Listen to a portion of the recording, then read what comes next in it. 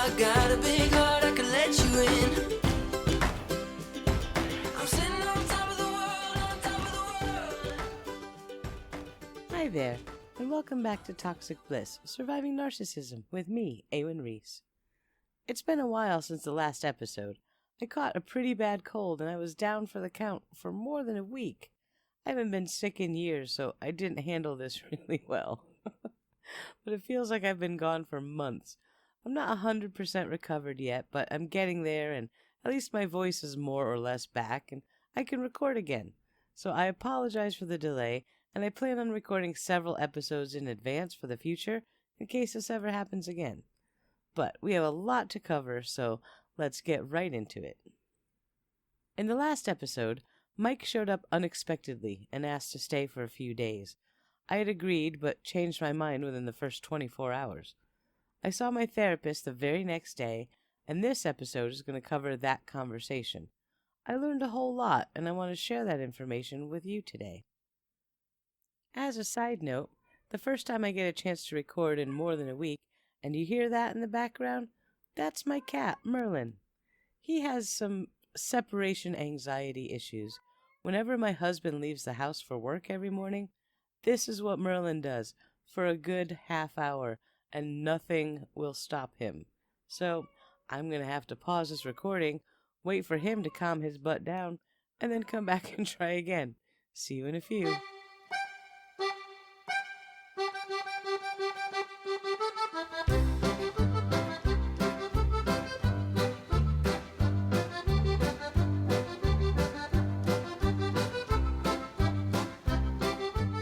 I think Merlin settled down now, so let's get back to our story. My therapist and I went over all of the events of the previous day in great detail, but he wasn't very well versed in narcissism, or maybe he just wasn't ready to go down that road in our discussions. So it's a little tricky to retell this tale and withhold all of the information that I have since learned about narcissism, but I didn't know then. My assessment of this event is much different from my current day perspective than it was then, but I want to keep the story true to form, so a deeper and more accurate analysis will happen later on in the series. But for now, I'm just going to cover what the therapist and I discussed way back then. I explained to him how I encountered Mike sitting outside the door to my building, waiting for me in the cold that morning, and my initial reaction to that was, "Ah, crap." I wasn't happy to see him there. Or maybe 75% of me wasn't happy. Or maybe I was trying to convince myself of that, and really only 25% was unhappy to see him. After some careful consideration, I had to admit that it was probably more like 50-50. I was tired. It's hard work to maintain an emotional facade. I wanted to be the strong, empowered me that would never tolerate such a person in my life.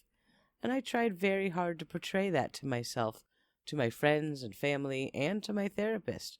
But the bottom line was that wasn't entirely true. I wanted to be with Mike, but I wanted to be just with good Mike. I was failing in my attempts to separate him from bad Mike, and that hurt a lot. I felt like it was my fault, and I could do better. I should be able to fix him. This was a point that we spent a lot of time talking about. Why did I think that I could fix him? Did I have some secret PhD in psychiatry? Why would I have the skill set to undo a lifetime of emotional issues in one person that I had only known for a relatively short period of time? It was only several years, after all. Why was I putting that kind of pressure on myself? The answer to that was selfishness. Honestly, I wanted good Mike. I loved him, and I wanted to fix him for me, so I could have that relationship that I wanted. It wasn't really about him at all. When asked why I thought I couldn't find that kind of relationship with someone that didn't have the bad side component, someone that could be the good them all the time, I just laughed. No one, ever, anywhere, at any time, could make me feel the kind of love that I felt with Mike on a good day. It felt completely pointless to even consider trying to find someone else. I explained that I had felt so bad for Mike, the things that he'd gone through in his childhood, his mother's issues, the abuse from his stepfather, being outcast by his siblings. It was just horrible. Of course, anyone growing up like that would have issues, but I could show him that life wasn't always like that, and love was a powerful thing that could heal any wound. My therapist started throwing out words like empath and codependent and saying we should work on those things. Now, let's talk about this term, empath. This is one of my biggest pet peeves in the world of narcissism and the discussions therein. The psychological definition of empathy is the ability to feel and sense what other people around you are thinking and feeling. Emotional and cognitive empathy mean understanding another person's experience by being able to imagine yourself in that situation and what you might feel during such an experience. Most people can do this without any help, but some people lack the ability to do this at all, and still some other people do this to such a degree that it becomes self-harmful. Being an empath is not something to strive towards. It's not the Deanna Troi of Star Trek kind of empath. It's not a psychic ability or a superpower. It's not something a healthy person should want to be. It's healthy to be able to empathize with another person's situation and feelings, but it's not healthy to internalize their feelings so strongly that they become your own. There are very fine lines that need to be examined and highlighted to protect oneself from crossing into harmful behavior. In this situation, I was exhibiting the behavior of an empath. I was internalizing Mike's trauma from his early childhood as my own. I felt it so strongly that I had a need to fix it. His pain was my pain, and I would do anything to make it better, even if that meant hurting myself in the process. I had crossed that line a long time ago, and I didn't know how to get back over it. I had accepted the responsibility for the pain that he was feeling, even though I had not inflicted it. But I had a false belief that I could heal his pain, and as a result we could both be happy. This was very wrong and very harmful to myself. As my therapist was going to great lengths to explain this to me, I was having another feeling. I felt like a bad person for thinking that I shouldn't try to fix him. I felt selfish for thinking that I should put my own health and welfare above Mike's. I could see my therapist's hair turning gray as I explained this to him. He reined in the conversation and came back to the point. This was the reason that I had allowed Mike to stay with me again, because I felt bad that he had nowhere to go and it was freezing outside. I felt responsible for his situation. My welfare, and even the welfare of my children, took second place to his needs, and that is where caring for someone can become pathological and harmful. I understood what he was saying, logically, but I didn't feel it yet. As a result of my lack of emotional understanding, my therapist assigned me a task. He said, write down a list of hard limits and boundaries, things that I would never ever tolerate or allow anyone to do to me or around me that would result in their immediate expulsion from my life. We'd go over that list at the next session, which we decided would be the next day. There was a sense of urgency to this. We both wanted to get this sorted out before Mike turned around and came back again. I left his office and walked home with Mac, but I decided to stop at the little diner on the way to get some lunch. I had a greasy cheeseburger and french fries and ordered a fruit plate for Mac, but of course I shared my fries with him. I started thinking about my list as we sat there eating our lunch, and I realized that I was actually very sad about this.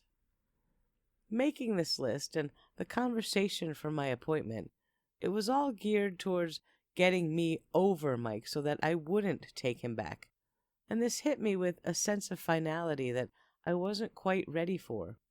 Yes, he was a complete jerk and his behavior was abominable, but I still loved him, and I still hoped that someday he would just grow out of it and be a normal person. Why did I have to give up on that?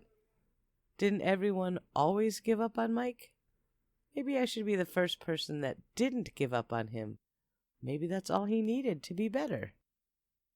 By the time I got home that afternoon, I had secretly decided that this list that I was going to write was a list for Mike for when he came back. as long as you don't do these things, we'll be okay, kind of a deal. This was totally the wrong approach, of course, but that's where my head was at. I could fix him, and he deserved to be fixed. I'd show everyone that I was the one that could reach Mike and make everything better. They'll see. And if Mike never actually came back, then at least I'd be ready to accept that and have the tools to heal and get over it all lined up. Best of both worlds, right? Yeah, right. They also call me Cleopatra. We'll take a quick break here, and then we'll get on to some very deep self-psychoanalysis. Be right back. Later that evening, I sat down and got to work on my list, and I came up with the following things. Number 1, hurting the kids, physically or emotionally.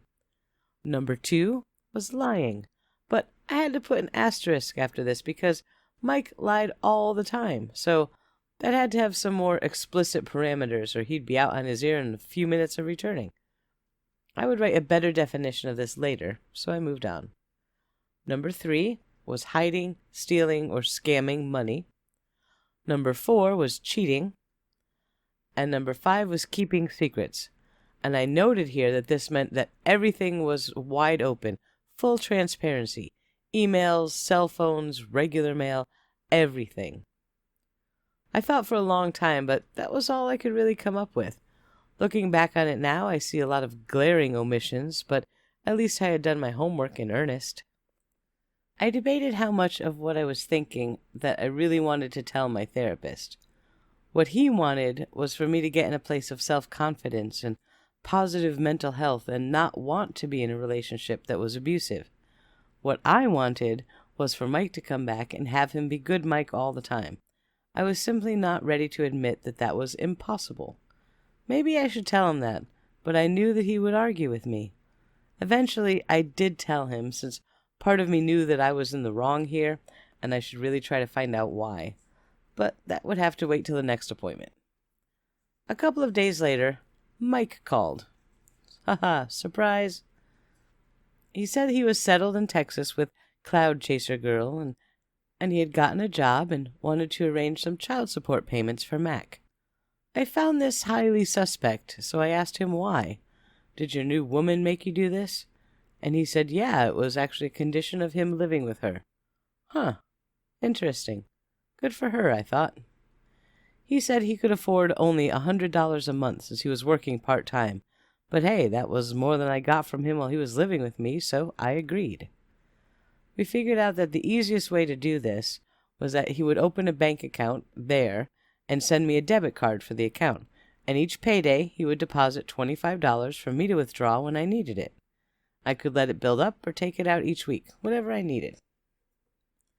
$25 a week wasn't much, and it was certainly less than he would be obligated to pay if I had taken him to court, but it was something, and I'd take it. The card came in the mail a few days later, and I was surprised that, at least he was being quick about things. That's not normal for him. So I waited until Friday, and I went to the bank and put the card in the ATM, fully expecting it to laugh at me and eat the card up, but no, it actually gave me some cash. Wow. This could be a new side of Mike, and I could get used to it. Maybe there was hope for him yet. I continued to withdraw $25 every week for the next few weeks. The next time I tried, though, things went south. I put the card in and selected the $25 withdrawal, but it said insufficient funds. Well, damn. That was great while it lasted. I was pretty bummed, even though I should have expected this, but I had gotten used to that extra $25 a week for groceries, and it had been helping, because diapers are wicked expensive. I called him when I got home and asked if he was going to deposit the money this week or what, and he said he already did. When I said no, the bank said insufficient funds when I tried to get it.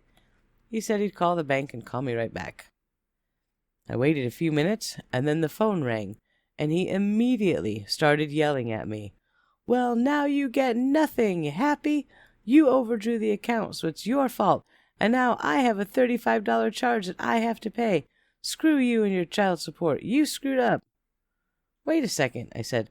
I didn't overdraw the account. Look at the withdrawals. You see, I only took $25 every Friday like you said. You're wrong, Mike. "F you," he said, and hung up the phone. I sighed deeply and wondered what the hell he was talking about. I never took more than $25. I never even checked the balance to see if there was more than that, so I had no idea what he was on about, other than maybe he was just making that up to cover his own ass for not depositing money, and maybe he was using it as an excuse not to give me anything else. I didn't call him back. I didn't think $25 was worth listening to his angry, yelling, stupid voice. Damn it. Ugh, that guy. I was really angry, though. Not about the money, but the fact that he would get angry at me for a mistake that he clearly made. And the nerve of him to accuse me of taking money from him after the thousands of dollars that he cost me over the years. That pissed me off really bad. So after I cooled off a little bit, I decided to email this cloud chaser girl. And in the email, I told her what happened and asked if she could look into the bank account and see where it went wrong. I explained that I was super angry of being accused of doing something nefarious, especially given his propensity for sticky palming all of my cash for years and years, and hiding his paychecks and secret bank accounts and all of that stuff. I wasn't sure if she'd respond, but she did, within a few minutes. She said that she had looked into the bank account online, and what had happened was that Mike didn't realize that every time I made a withdrawal, it charged the account a $1 service fee for the ATM use, and that's why it had gone overdrawn.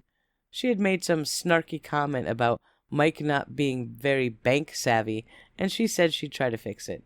She also asked me for more information about the money that he had taken from me over the years. So I told her everything, including the times I paid to bail him out of jail. I thought she should know that. I also mentioned all of his other children that had never gotten any child support, and the judgments that he had against him for that. I told her every horrible financial and legal thing that I knew about him, not with the intention that she'd break up with him and he'd come home to me, but with the hopes that at least she'd give him a big fight about it and he'd know it came from me. That thought made me smile, and I made a note to tell my therapist about it. I was instantly worried about how happy that thought had made me, and I wondered if I was becoming the monster that he was all along. I brushed that thought aside and just went back to smiling about causing him some grief. Her final reply to my email simply said, "Thank you for the info," and that was it. I went on about my life without a lot of thought for Mike and his situation in Texas. It's amazing how busy your mind can stay when you have 2 little kids to take care of alone. At my next therapy session, I handed in my list of lines that can't be crossed, and he read over them and said that I should put more thought into it and add 5 more things. "All right, fine, I'll do that," I said. I told him about the phone call and the bank incident and emails with the cloudy chick. I mentioned my concern at how gleeful I felt knowing that I was tossing some discord into his life, and that I immediately felt bad about feeling happy about it. And how did that make sense? He chuckled softly and said that was more normal than a lot of things I've told him before. Everyone has limits, and everyone can be pushed past them at times. It's normal to get angry at someone when they hurt you and betray you. There's a natural response of a desire for revenge and retribution. What's important is what we do with that desire. What I did by telling Cloudy about Mike's financial and legal transgressions wasn't all that horrible. After all, I wasn't lying, though I definitely seized the opportunity to cause trouble for him very purposefully. But I was doing it honestly. More importantly, though, the fact that I felt guilty about it and worried if I was becoming a monster showed that, in fact, I was not becoming a monster. A monster, or someone like Mike, would never stop and think about what they had done or feel bad about it, so I was fine, and it was a lesson that I could use to help govern my behavior in the future. His words felt like absolution, and really, if that was the worst thing that I've done to Mike, how bad was that, really? All things considered, he got off pretty easy. The amount of time I spent questioning every thought and every action and every desire was getting to be a bit out of hand. This guy was a complete jackwagon, and I told his new chick the truth about him. That's far from the worst I could have done. so he should thank me for my restraint. Yeah, that's it. In the next episode, more therapy, and guess what? More therapy. Oh, and also another call from Mike. Great. Let's hope that therapy kicks in before I answer the phone. Until then, thanks for listening and take care. People ask me what my secret is, I just smile